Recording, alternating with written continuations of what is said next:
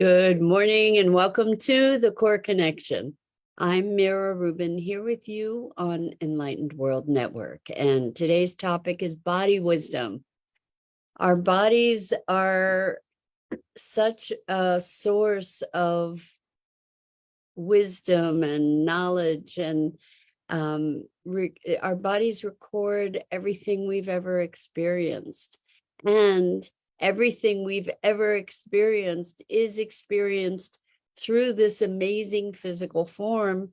And we often find ourselves at odds with it and treating it like it's some kind of machine or some kind of something other than intimately and inextricably integrated with who we actually are. So we get to explore that today. Good morning, Rosalind. Welcome, TGIF. It's welcome to everybody else who's joining us also.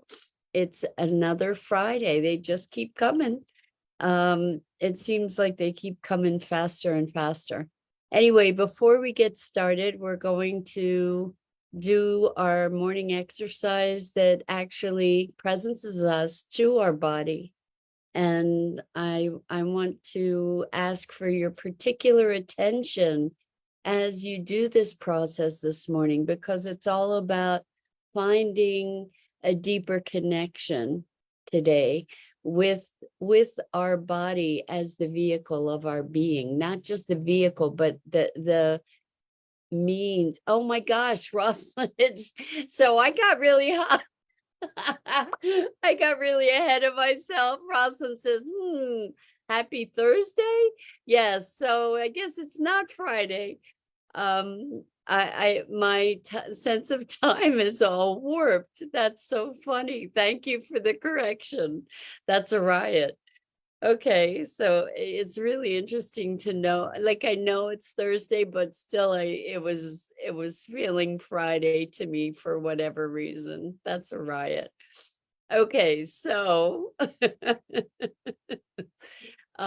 let's just take a couple minutes to get present to being grounded in our bodies. So let's take a deep breath in through your nose and hold it. And imagine clean, crisp oxygen flooding your lungs, flowing into your bloodstream, nourishing all your cells, all your organs, bringing vital life energy to your body and being. And as you exhale any tension, stress, negativity, fatigue. And now let's take another deep breath in through your nose and hold it. This time, imagine brilliant, bright light, lighting you up from the inside out, illuminating, electrifying, and energizing all your cells, all your molecules, your electrons, creating a brilliant beam of light and energy from your heart out into the world. And as you exhale any remaining tension, stress, negativity, fatigue. And now let's press our palms together and vigorously rub your hands together and feel the friction, the temperature, the pressure, the motion, and the tickling and tingling when you stop. And allow all those sensations to bring you present right here, right now, into this remarkable physical form through which we experience all of life. Welcome, welcome, welcome. So on this Thursday, we are going to have a look at this physical manifestation that is the way, it is the vehicle through which, not like separate, but it is our experiential bridge to life. That any aspect, every aspect of life that we experience is by virtue of our physicalness. And I don't think that we have appreciation around that. Typically, we're kind of, our body is something to take care of, something other than us to take care of, when in fact our experience of being who we are is completely filtered through this experience, this physical experience that we have. And our ability to think, to feel, to act, all of it is as a result of our body, the sensations that we experience on so many different levels. We were talking yesterday about how experience is the froth on the top of the ocean, and or our conscious experience, and all these other things are existing that in the body of the ocean. And I think that that's not a bad analogy for our experience in our bodies, that we have these 5 identified senses that are actually just a fraction of the sense-based experience that we have in our physicalness. And when we presence ourselves to our bodies, I know we've all heard of instances when during a massage or body work, for instance, a deep memory, deep emotion arises. And it's as if that energy, a pocket of energy, or stuck, or rooted somewhere in our physical form. And we can think, and this is, I've thought in the past, and I've used an analogy of our bodies being a biocomputer, recording everything that's happening and creating all this function. But that's a minimization of what our bodies are. There's so much wisdom. We can interact with our body as teacher, like as another vehicle for our learning. When we have a sensation, when we're experiencing physical symptoms, they're often a message from our body to awaken us to something. When we have churning in our gut, for instance, we can look at, well, what's going on? When we feel nervous, what's going on? When we have an emotion, there are physical sensations that are attendant to that emotion that we are then naming with that name of anger or joy, excitement, sorrow. Those emotions are experienced physically. When we have a thought, it's happening through this physical filter. And I think that there's such value in allowing ourselves a new relationship with our body as another way, another pathway into awakening. So much of spiritual culture is about transcending the body, denying the body, as if it's other. And what if instead we were able to empower the body? What if we were able to create this deeper synergistic relationship? Because in fact, we have no experience on this plane without it, whether it's an experience of meditation or an experience of emotion or physical pleasure and pain. All of these, every experience we have is made possible by our physicalness and only by our physicalness. You know, that, well, there's maybe consciousness that's part of that mix, that alchemy, but the body has its own wisdom that we, when we connect ourselves to ourselves, it's hard to talk about. There's not really language to because we identify the body as something separate, you know, mind and heart, body, mind, and spirit, right? That these things somehow are separate.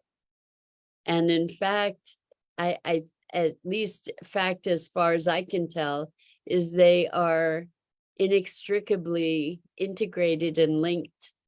And by distancing ourselves from our interconnectedness with our bodies, we're separating ourselves from ourselves. And so the body will tell us when we need rest. The body will tell us all kinds of things. So recently I've noticed that I've been having sessions with clients with physical stuff going on. One client's head was locked to the left. And so let's see, Rosalind says, becoming sensitized, removing the filter, paying closer attention. Exactly. Because what we're taught to do is, I have a pain, I'm going to ignore it, or I'm going to push through it, or I'm going to take some medicine to make it go away, you know, to kill it, deaden it, separate myself from it. You know, I'm going to manage it, I'm going to control it, I'm going to overpower it, right? What if we do pay closer attention? So this client's head was locked to the left, and they couldn't turn it, they couldn't move it without a whole lot of pain. And we did a session, and at the end of the session, they were able to move their head. And then they went and had a chiropractic adjustment, and that reinforced it. But what happened in the session is that there was a lot of emotional stuff going on that was tied to an experience from when they were a little kid, having fun, jumping around on beds at a hotel, jumping around, and then slipped and fell and bumped their head, and their head was locked, their neck was locked in a position, but they had bumped their head pretty well. And the message that they were learning is that it's not okay to have fun, or that if you have fun, you're going to pay the price, you're going to get hurt. And this was a time in their lives when they were choosing a job that was more fun, potentially, that gave them a lot more time freedom, that gave them a greater income potential. So they had made a choice that was a fun-friendly choice in their lives, but they had this association that you're going to pay the piper if you have fun. So the fact that their neck locked up was an indicator that the way I receive it is that this was an issue that they were ready to address. And it was pretty awesome because this pattern of being punished for having fun was something that had replayed and replayed throughout their lives. And in the course of the session, they recognized or remembered a time in high school where they made a deliberate choice to enjoy life, to experience life and social contacts and kind of work-life balance rather than grinding in school to get the absolutely best grades and forsaking all other delights in life, essentially. And so in the session, they were presenced to that choice again, to live a life that's joyful rather than having to be the best at everything. Because it's not that being the best wasn't available, but the consequences or the cost was really high, and they opted to choose life instead of this drive and push to be the best, instead just to live the best life. And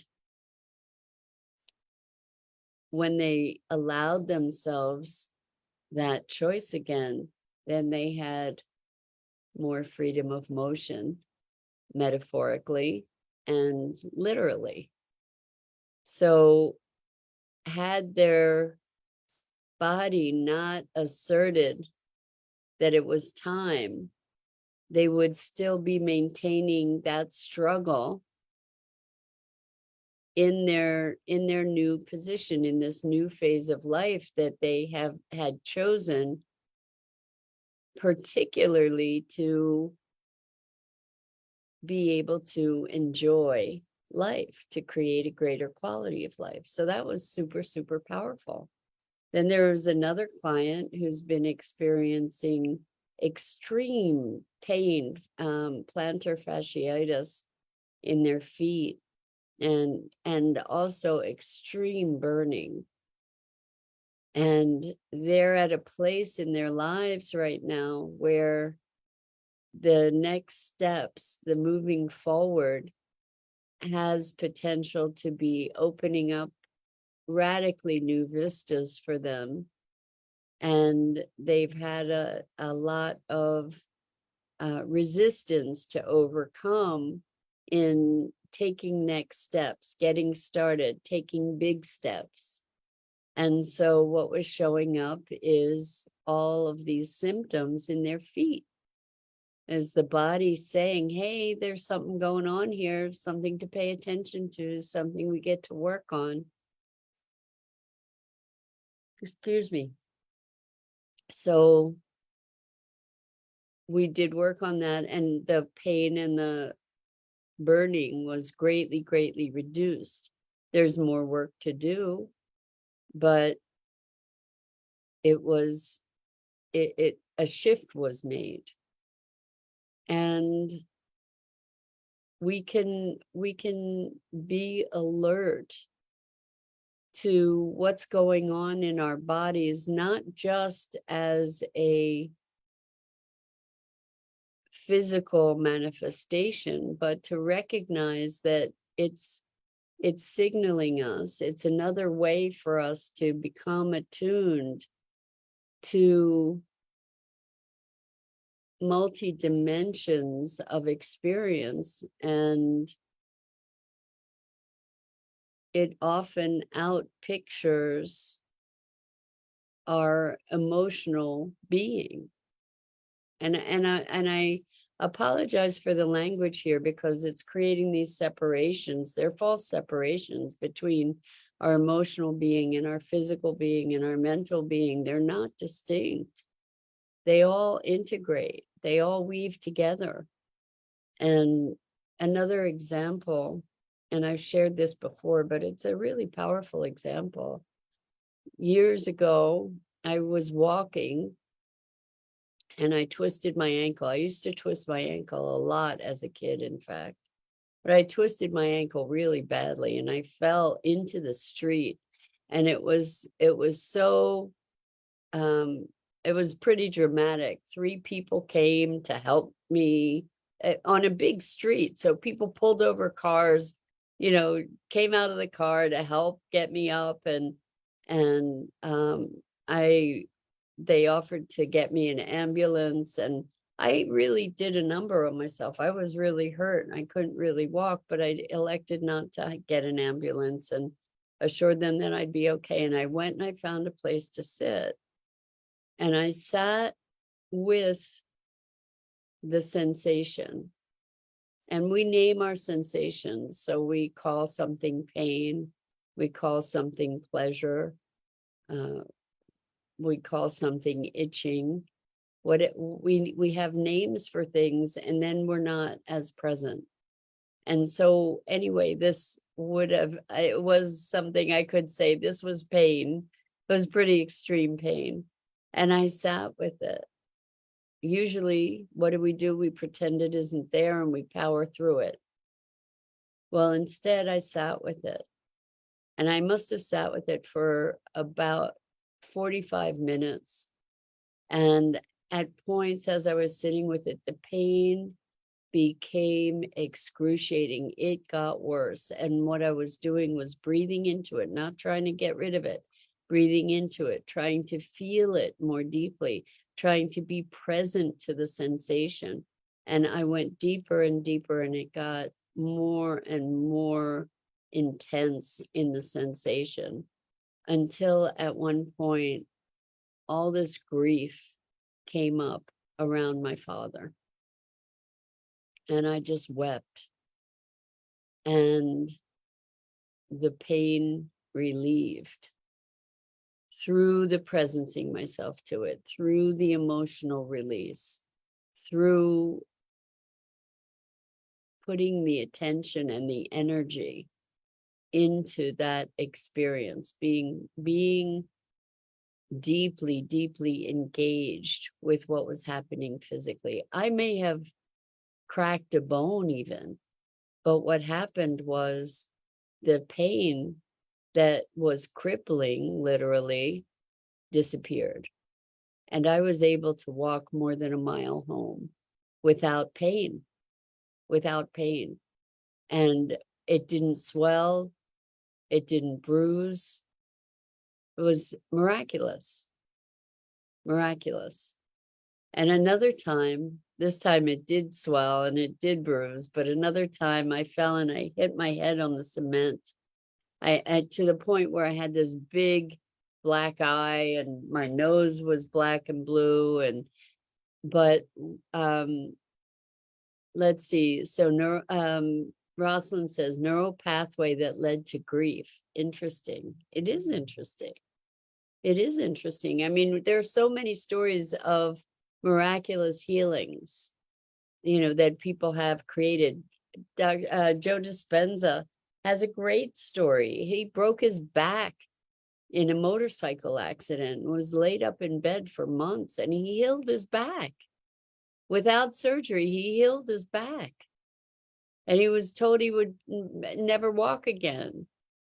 And he healed himself because he concentrated on being present and visualizing and creating this new pathway. But I'm quite certain that he had to be present to what was there, and then working with it, creating it in mind and body collaboration. Again, I apologize for the separation, but because it isn't there, we're not separate. But I've forgotten what I was going to say. Oh, when I hit my head on the cement, I spent a lot of time being present to the pain, to the sensation, allowing myself to go deeply into it. And what happened was the pain went away. I did have a big black eye and bruises on my nose, my, scratches on my face. I really did a number when I fell on the cement, but the pain was gone. And it wasn't from denying it. It wasn't from trying to push it away. It was just through the experience, allowing myself to be present to the physicalness and what was occurring there. So there's a richness of knowledge and wisdom in our bodies, of our bodies, that we can connect with and learn from, if only we can allow ourselves. We tend to push way beyond our boundaries, and the body will say, I'm tired, I'm tired, I'm tired. And if we ignore it enough, what will happen is we will get sick so that we rest. But if we pay attention, if we listen, if we dance with that energy of our bodies, there's so much more richness available to us. Our body will tell us when we want to move. We feel pain. It means we get to slow down, right?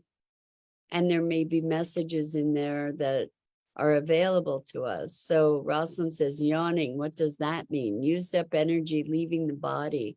So it's great that you bring up yawning, Rosalind. I have a client who, as soon as we get on the call, they start yawning because it's a way that we release energy. So Rosalind says, something new I'm trying. Lymph nodes need movement because there's no pumping system. Dry brushing. I'm doing that before a shower to help move lymphatic system. Lymph nodes store toxins and can become inflamed. Dry brushing helps flush it out. Dry brushing is awesome. I did it for a long time, but I haven't done it lately. And it's a really great thing. It activates your body, it activates your skin, and your skin is the greatest organ of elimination in your entire body. So it's a way that we get to reconnect with our bodies also. So thank you for that. Anyway, the invitation is to connect. Take a couple minutes, breathe into your body, be present to the sensations, thank it, give it appreciation. When you're eating, taste it, feel it as you swallow it. Notice how it interacts with your gut, with your throat, with your energy. All of these things allow us to be more present to the experience of life. So that's it for today on this Thursday. And until next time, I'm Mira Rubin. This is the Core Connection, and I go live each weekday morning here on the Enlightened World Network Facebook page and YouTube channel. And I invite you to check out the other awesome programming on Enlightened World Network and Enlightened World Living. And I'm so grateful to you for the opportunity to share these moments and musings. And until next time, so much love to you.